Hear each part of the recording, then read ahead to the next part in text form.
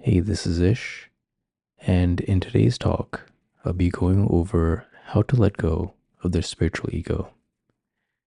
And specifically, I'll be going over what the spiritual ego is and how it's formed, and three common characteristics of the spiritual ego, and some practical tips that you can reflect upon and also implement to let go of this mask.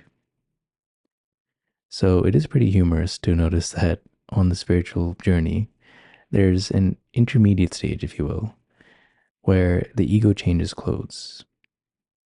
Now, from an ultimate perspective, there aren't any, stages or measurements. Things just are, but it is something that you can notice as a roadblock or a plateau that you may experience, where you go from initially being very open-minded as a new person on a spiritual path, and then you start to form a spiritual identity as you gain more confidence in whatever practice you're taking on, and you're starting to see the fruits of your practice.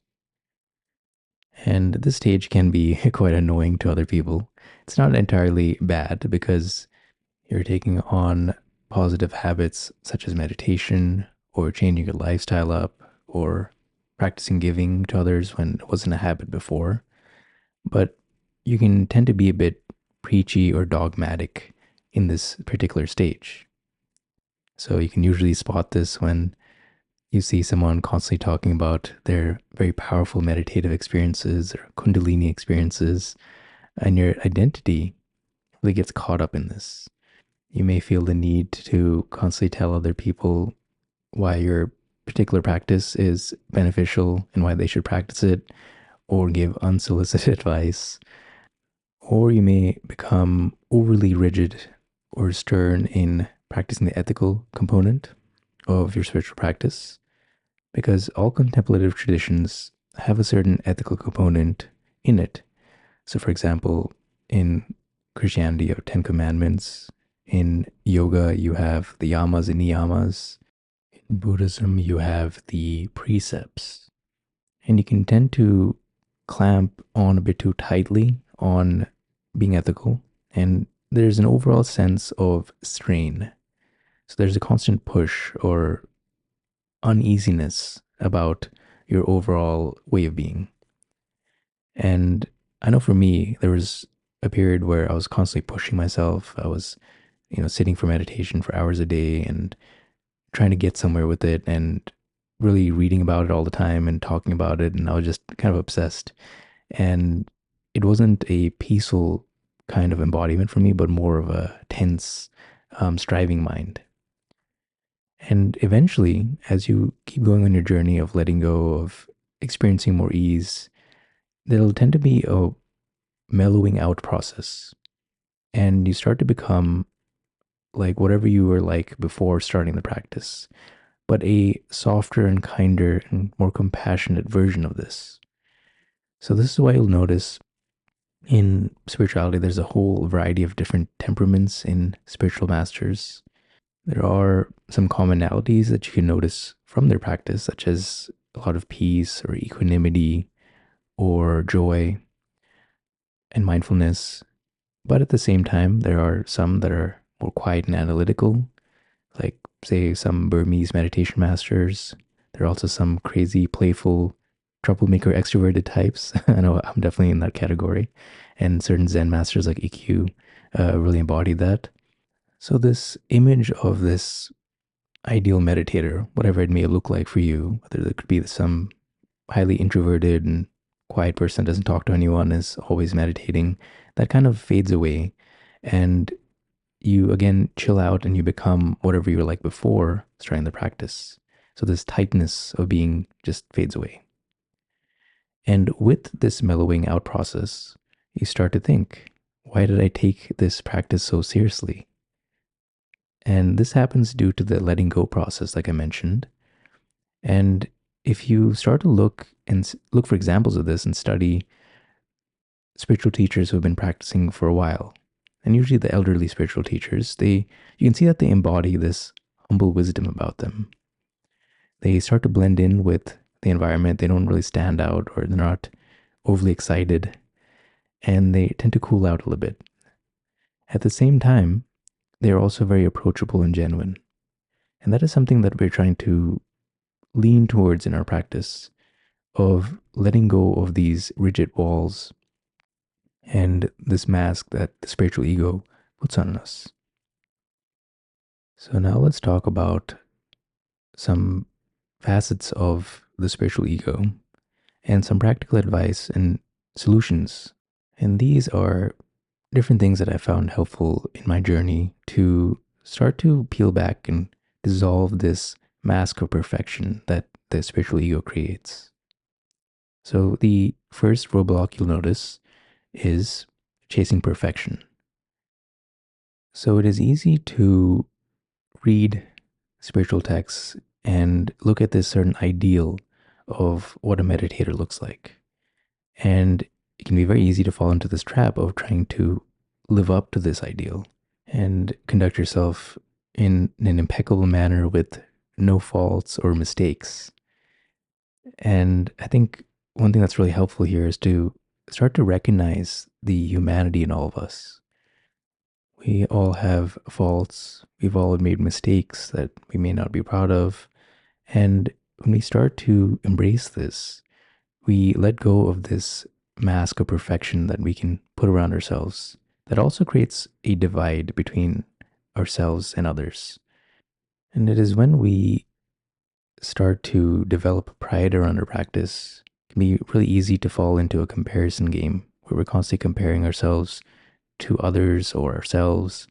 And when we start to let go and have compassion for ourselves by actually practicing various compassion practices and recognizing how we all make mistakes, then we start to let go of this mask of comparison, of perfection, and we start to loosen up a bit. And one book I recommend for recommended reading is After the Ecstasy, The Laundry. And this is by Jack Cornfield, where he goes into detail a lot of spiritual masters who have practiced, but then afterwards they come back to their daily lives and start to handle their everyday imperfections, their humanity, and places where they aren't so quote unquote spiritual. And that's where the real practice starts to begin. The next facet of the spiritual ego is wanting to play the role of a spiritual guru. And here we can contemplate impermanence and also start to let go more and become more natural. So we start to recognize that life is short and it'll end one day. So there's really no point to try to gain more fame or success of being this hotshot spiritual guru or teacher. And instead, we start to let go of wanting to be this image. And we can also borrow from a Taoist wisdom, where in the Tao Te Ching, sage Lao Tzu says that end sagacity and people will benefit tenfold. So when we start to let go of being this preachy kind of guru or trying to impose this ideal onto others, we start to let go of that and we become more natural, we then also end the comparing mind and we're free to just act as we are naturally. And it is funny that this whole process comes full circle where in the beginning of your practice, you're very natural because you have what is called a beginner's mind. But then as you progress on your spiritual path, you run into this intermediate plateau, if you will, where again, you play this role of the spiritual teacher or guru or seeker, or whatever it is, and you close your mind off from possibilities and you let go of this natural spontaneity and expression. But then eventually we start to let go of that as well, and we kind of come back full circle where we retain this beginner's mind where we can be confident saying that we don't know everything. We don't have all the answers, and that's okay. Now, the last way the spiritual ego manifests is having this identity of a spiritual seeker or yogi. where you're constantly practicing, talking about that's your identity now. And one piece of advice that helps is to realize that as you continue to practice, you can also let go more and realize that everything is okay right now.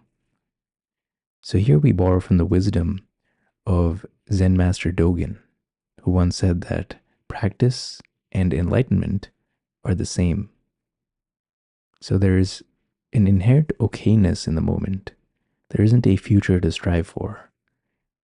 And part of practice is while we still practice, it is not to get anywhere, but it is the expression or embodiment of what already is.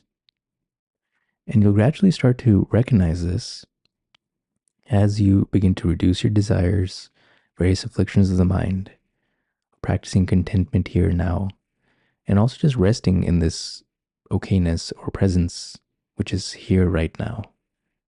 And the more we begin to access this and drop into this, the more this naturalness starts to happen, take over.